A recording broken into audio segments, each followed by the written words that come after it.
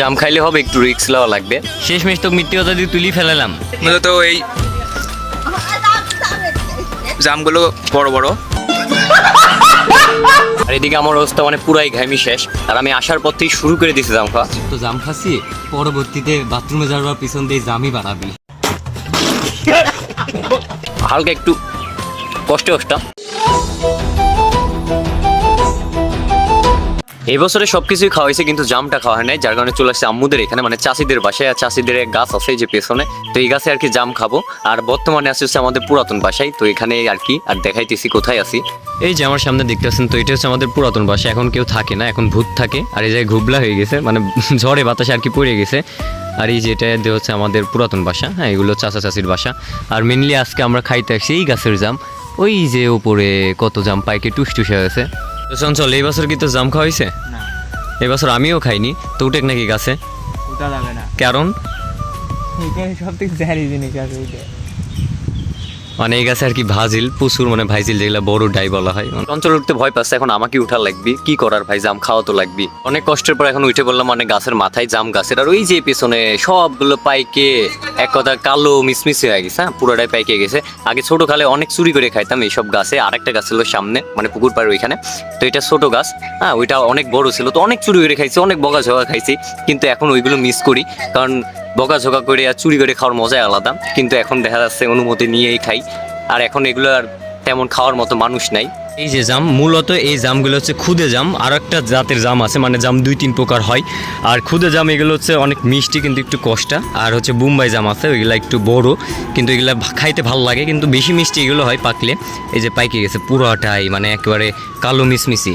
আর সামনের দিকে পুরাটাই দেখেন, মানে কি অবস্থা, পাইকে খাওয়ার মানুষ নেই গাছে আর কি। আর এদিকে আমার অবস্থা মানে পুরাই ঘামি শেষ, আর আমি আসার পর থেকেই শুরু করে দিয়েছি জাম খাওয়া। এই যে আমার হাতে মানে একটু মিষ্টি, প্রচুর মিষ্টি, একটু না, হালকা একটু কষ্ট আছে, তবে ব্যাপার না। আর এই সুপারডাম পুরো একবারে মুখের ভিতর দিবা।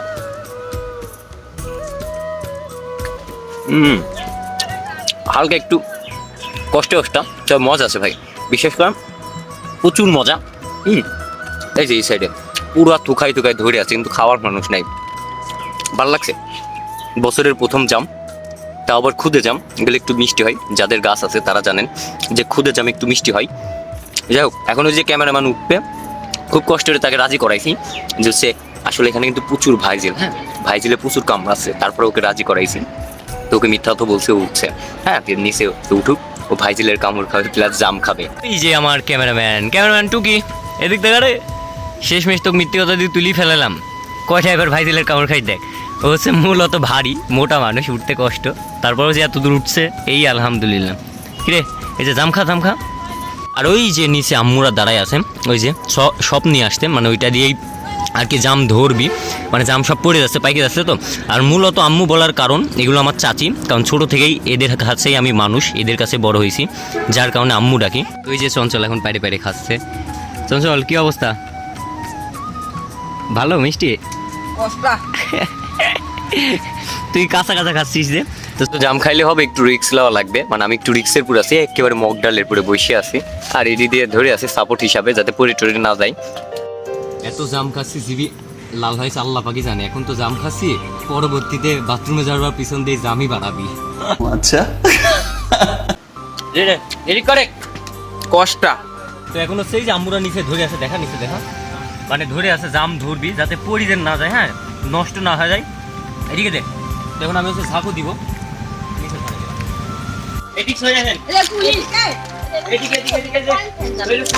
মূলত এই জামগুলো বড় বড়।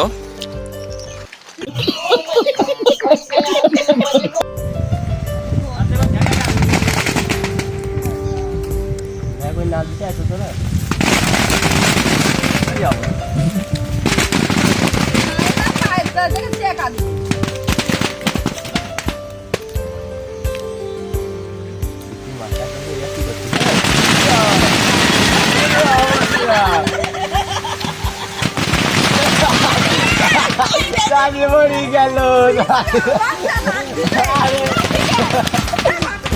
যাদের মাথায় লাগবে।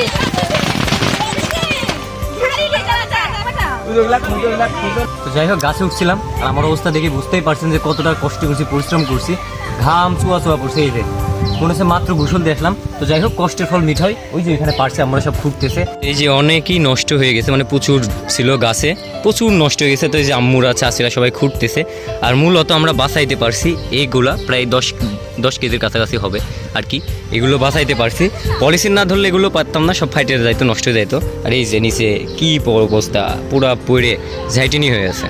তো যাই হোক আজকের ভিডিওটা মেনলি এই পর্যন্তই ছিল। আর আপনারাও কি আমার মতো এমনভাবে জাম পাইরে পাইরে খাইছেন কিনা, এমনকি চুরি করে খাইছেন কিনা, অবশ্যই কমেন্টে জানাবেন।